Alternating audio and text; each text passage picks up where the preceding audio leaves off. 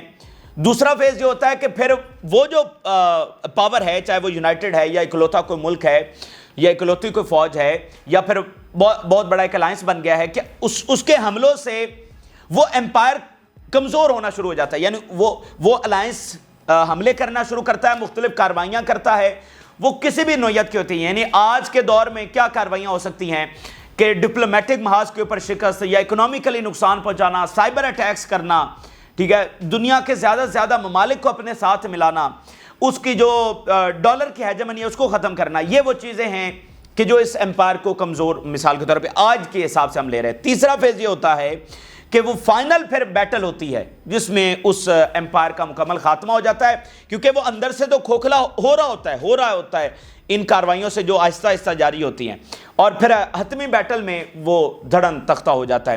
تو اگر ہم اس وقت دیکھیں تو بیسیکلی ہم دوسرے فیز میں داخل ہو چکے ہیں۔ پہلا فیز ہے کہ BRICS, Iran, Russia, China, North Korea اور باقی ایک پیج کے اوپر اکٹھے ہو گئے ہیں کہ امریکی ہیجمنی کا خاتمہ کرنا ہے۔ یہ پہلا فیز ہی کمپلیٹ نہیں ہو پاتا ہے، کیونکہ وہ امپائر، وہ طاقت جو ہے اس الائنس کو تروڑ مروڑ دیتی ہے، یہ اس کو بننے ہی نہیں دیتی۔ یعنی اگر کسی گورنمنٹ نے سوچا ہے تو اس گورنمنٹ کو ہی بدل دیا جائے گا، یہ کسی کو آزاد فارن پالیسی نہیں رکھنے دی جاتی، کسی کو اکٹھا نہیں ہونے دیا جاتا، وہ تو ہو گئے ہیں۔ دوسرے فیز میں اگر دیکھیں تو انہوں نے کاروائیاں شروع کر کے امریکی امپائر کو کمزور کرنا بھی شروع کر دیا ہے، ان کی تمام کاروائیاں آپ دیکھ لیں۔ اور تیسرا پھر وہ آگے حتمی بیٹل ہوگی۔ اب اس میں بلوم برگ کی رپورٹ کو اس تناظر میں دیکھیے۔ Even with $1 trillion spent annually, the US military is still lagging behind۔ امریکہ کا جو بجٹ ہے وہ $1 trillion کے قریب پہنچ گیا، ڈیفنس بجٹ اونلی۔ اگر نیکسٹ 5 کنٹریز ہم ملائیں نا تو بھی امریکہ کے برابر ان کا بجٹ نہیں بنتا، یعنی چائنا، رشیا، انڈیا اور جرمنی اور برطانیہ، اگر ان بڑے ممالک کا بھی ڈیفنس بجٹ ملائیں تو بھی وہ امریکہ کے بجٹ کے برابر نہیں ہے۔ تو بلومبرگ کیا رپورٹ کر رہا ہے کہ $1 trillion سپینڈ کرنے کے باوجود US آرمی از لیگنگ بیہائنڈ۔ تو یہ وہ اشارہ ہے اس امپائر کا کہ وہ جیسے کمزور پڑ رہا ہے، $1 trillion لگا کر بھی اس کی آرمی از لیگنگ بیہائنڈ، اور ادھر سے آپ دیکھیں کہ وہ الائنس کتنا طاقتور ہو رہا ہے۔ اسرائیل's budget struggle shows that war on Gaza is torn away۔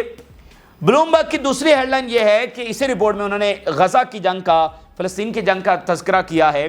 انہوں نے کہا جو اکنامک لاسز ہوئے ہیں اسرائیل کو، یہ اس بات کا ثبوت ہیں کہ the war in Gaza is torn away، یعنی اس کو آپ سادہ الفاظ میں یہ سمجھیے کہ کوئی وکٹری نہیں ملنے والی ہے۔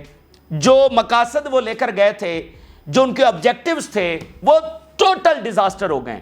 ان کے لیے کوئی وکٹری نہیں ہے جس راستے کے اوپر وہ چل رہے ہیں.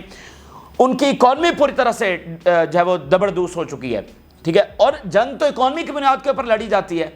جب آپ کے سامنے اتنی بڑی حزب اللہ بیٹھی ہے, یمن بیٹھا ہوا ہے, حماس نہیں قابو آ رہی آپ سے, ویسٹ بینک کی ریزسٹنس نہیں سنبھالی جا رہی, اوپر سے اکانومی بھی دبردوس ہو گئی ہے, تو بلومبرگ یہ رپورٹ کر رہا ہے کہ ختم, مطلب وہ شکست کی مہر ثبت کر رہا ہے اسرائیل کی اس جنگ کے اوپر. تو اس تناظر میں آپ دیکھیے یہ تمام اس بات کے انڈیکیشنز ہیں کہ جو بھی وہ پالیسی لے کر آئیں گے اس میں ان کی شکست ہوگی, اور جس پالیسی کو وہ کنٹینیو کر رہے ہیں یہ ایروگنس اور اگنورینس کے علاوہ کچھ بھی نہیں ہے. وہ ابھی اسی خواب و خیالوں میں ہے کہ اچھا مڈل ایسٹ کی سب سے بڑی پاور اسرائیل ہے, اچھا دنیا کی سب سے بڑی پاور امریکہ ہے. وہ ایروگنس اور اس کی اگنورینس کی اینک اتارنے کے لیے اس وقت تیار نہیں ہے, اور ان کو نظر نہیں آ رہا کہ اس وقت دنیا 180 کے اینگل سے اور کتنا ریپڈلی تبدیل ہو رہی ہے. یعنی یمن نے امریکہ کو شکست دے دی ہے, یہ اب امریکی میڈیا میں بڑے بڑے آرٹیکل چھپ رہے ہیں. ٹیلی گراف نے لکھا کہ Yemen has defeated U S Navy. ٹھیک ہے, $1 ٹریلین ان کا بجٹ ہے, اور آگے یمن کیا ہے, تو یمن نے شکست دے دی ہے. کل انہوں نے ایک میزائل بھیجا, ابھی تک انویسٹیگیشن مکمل نہیں ہوئی اسرائیل میں, تو حقائق کچھ اور ہیں, وہ ابھی تک اسی میں ہے کہ اچھا وہی بادشاہ سلامت ہے. بادشاہ سلامت کا جو تخت ہے وہ اس کی بنیادیں ہل چکی ہیں پوری طرح سے. ڈالر کا آپ دیکھیے کس طرح سے اختتام ہونے جا رہا ہے. تو بہرحال یہ صورتحال ہے. آگے ناظرین چلے تو حزب اللہ کے تازہ ترین حملوں کی ایک تفصیلات, مطلب تابڑ توڑ حملے. ابھی ڈرونز آئے ہیں اور fires broke out after 2 drones fall in the den and ہیگشروم. ڈرونز کبھی ادھر سے آ رہے, گنے نہیں جا رہے, اور اتنی آگ, اتنی ہلاکتیں اور انجریز ہو رہی ہیں, کبھی گولان ہائٹس میں, کبھی سفید میں, کبھی دوسرے ایریاز میں, اور کوئی ایسا لمحہ نہیں ہے جب کہیں پر سائرنز نہ بج رہے ہوں, یا دھماکے نہ ہو رہے ہوں, یا انجریز نہ ہو رہی ہوں, یا ٹرانسفر نہ ہو رہا ٹو ہاسپٹلز. یہ مسلسل وہاں پر فینومنا ہے جو اس وقت جاری ہے. اچھا, ایجپٹ کا بیان سامنے آیا ہے, we fear that the escalation will turn into a regional war. یہ جو تازہ ترین اسکلیشن ہے یہ ریجنل وار میں کسی بھی وقت تبدیل ہو سکتی ہے, ایجپٹ یہ کہہ رہا ہے. ایران کے صدر کے حوالے سے اہم خبر یہ سامنے آ رہی ہے کہ مسعود پزیکشیان will travel to New York to attend the United Nations General Assembly meeting next week. President will participate in summit on the future and will have several bilateral meetings. بڑا امپورٹنٹ یہ دورہ ہونے جا رہا ہے. نیو یارک کا پہلا دورہ, یونائٹڈ نیشن کی پہلی سپیچ. اس وقت دنیا کا جو مطلب توجہ کا مرکز ہے وہ ایران ہے, اس کے صدر نیو یارک میں ہوں گے, اور بائیلیٹرل میٹنگز بھی وہاں پر کر رہے ہوں گے. اور یہ ذہن میں رکھیں نتنیاہو بھی اس کو اٹینڈ کرنے جا رہا ہے. دنیا کے تمام لیڈرز وہاں پر جا رہے ہیں, اور مطلب دنیا کے فیوچر کے حوالے سے یہ اجلاس بڑا امپورٹنٹ ہے. تمام لیڈرز وہاں پر پہنچ رہے ہیں, بائیلیٹرل میٹنگز ہو رہی ہیں, سائیڈ لائن میٹنگز ہے وہ ہوں گی. تو بہت سارے فیصلے, جو ابھی جو لانگ رینج والا معاملہ ہے اس کی جو حتمی میٹنگ ہے وہ بھی اس یونائٹڈ نیشن کے اجلاس کے ساتھ منسلک ہے. یعنی ابھی برطانوی وزیر اعظم واپس آ چکا ہے, تو ابھی دوبارہ اس نے جانا ہے نیکسٹ ویک. تو اگلے جو 5 7 10 دن ہیں وہ بڑے امپورٹنٹ ہیں, جو بڑے بڑے فیصلے ہونے ہیں اس کے متعلق. اس کے علاوہ ایران کا فلسطینین ریزسٹنس کے لیے بیان دیکھیے. Our foreign policy will be to support the resistance absolutely without any restrictions. ہم فلسطینی مزاحمت کو وداؤٹ اینی ریسٹرکشنز کے پوری سپورٹ جاری رکھیں گے, no matter what are the consequences and what the challenges are. اچھا, اب لانگ رینج کے حوالے سے برطانیہ کا ایک خبر یہ دیکھیے. We are discussing with the allies whether Ukraine should be allowed to launch a long range missile at Russia. ادھر سے رشیا نے جو 2 ٹوک نازن باتیں کی ہیں کہ ہم تو اس کو ایک جنگ ہی سمجھیں گے, اور نیٹو سے براہ راست جنگ ہوگی, اور اب ٹیکٹیکل نیوکلیر ویپنز انہوں نے بارڈر کی طرف موو کرنا شروع کر دیے. تو پھر ویسٹ کو لگا کہ نہیں, مطلب یہ خطرناک ترین موڑ آ گیا ہے, کیا ہم تیار ہیں پیوٹن سے جنگ کرنے کے لیے, نیوکلیر وار کے لیے کیا ہم تیار ہیں. تو اس کے بعد پھر ابھی تک وہ فیصلہ ذرا رک گیا ہے, لیکن برطانیہ کہہ رہا ہے کہ وہ ڈسکس کر رہے ہیں, اور ہماری تو اسسمنٹ یہی ہے کہ یہ فیصلہ الٹیمیٹلی ہوگا اور یہ لانگ رینج میزائل دیے جائیں گے. ٹھیک ہے, اور یہ فیصلہ ہو چکا ہے رشیا کے ساتھ ایک حتمی جنگ کا. لیکن بہرحال اس وقت وہ ٹیرر میں ضرور آئے ہیں, خوف میں ضرور آئے ہیں کہ اچھا کیا یہ وہ وقت آ گیا ہے. یعنی اب دیکھیں نا, دنیا میں ترقی ہو رہی ہے, آرٹیفیشل انٹیلیجنس, اسپیس کے اندر ترقی, میڈیکل سائنسز کے اندر ترقی, اور جو ہے نا بہت ٹیکنالوجی میں دنیا آگے جا رہی ہے. کیا کیا نہیں جو انوینشنز اور ڈسکوریز دنیا میں ہو رہی ہیں. تو نیوکلیر جنگ کی طرف اس وقت جانا, جب ہم اتنی ترقی کر رہے ہیں, تو کیا مطلب کوئی آسان فیصلہ نہیں ہے. آسان فیصلہ نہیں ہے. تو بہرحال وہ کہہ رہے ہیں کہ ہم ڈسکشن کر رہے ہیں. آخر میں وینزویلا کے حوالے سے ایک خبر آپ کے ساتھ شیئر کرنا چاہتے ہیں. وینزویلا بھرپور حمایتی ہے فلسطین کا، اور برکس میں بھی وینزویلا کے صدر جانے والے ہیں، اٹینڈ کریں گے. اور وینزویلا گلوبل آرڈر کے حوالے سے بڑا امپورٹنٹ ہے، اس کا براہ راست تعلق ہے اور امریکہ کی پوری نظر ہے. ابھی ناظرین وہاں پر نیا واقعہ کیا ہوا ہے. ایک تو 2 دن پہلے خبر سامنے آئی کہ مڈورو کو اسیسینیٹ کرنے کی کوشش کی گئی ہے. اب ناظرین انہوں نے بتایا ہے وینزویلا نے کہ ایک CIA کا پورا پلاٹ تھا ملک کے اندر خانہ جنگی کے لیے. Venezuela seizes weapons aimed for CIA led anti state plot. More than 400 weapons seized that were to be used by extremist opposition to create chaos and destabilization. کہ یہ ہتھیار استعمال ہوتے ہیں سیکیورٹی اہلکاروں کے اوپر، کوئی وہاں پر لاشیں گرتی تو پھر آپ کو پتہ ہے صورتحال کس طرف جاتی. تو وہ کہہ رہے ہیں کہ ہم نے یہ CIA کا پلاٹ جو ہے وہ ناکام بنا دیا. تو اس حد تک امریکہ جا چکا ہے، یعنی وہ کسی طور پر مڈورو کو قبول کرنے کے لیے تیار نہیں ہے. تو یہ بڑا سنگین معاملہ ہے، اور مطلب کوئی سٹیبلٹی وہاں پر نہیں آ رہی ہے، اور امریکہ آگے سے آگے بڑھ رہا ہے. کبھی اسیسینیشن اٹیمپٹ کر رہا ہے، کبھی ملک میں یہ کرنے کی کوشش کر رہا ہے. تو اس کا نتیجہ پھر بہت خطرناک ہی نکلنے والا ہے. تو یہ تازہ ترین اس وقت کی تفصیلات ہیں جو آپ کے ساتھ شیئر کی. آپ نے رائے ضرور آگاہ کریں. جن لوگوں نے چینل کو سبسکرائب نہیں کیا ان سے ریکویسٹ کریں گے کہ چینل کو ضرور سبسکرائب کر لیں تاکہ ہر آنے والی ویڈیو آپ تک پہنچ سکے. اجازت دیجیے، اللہ حافظ.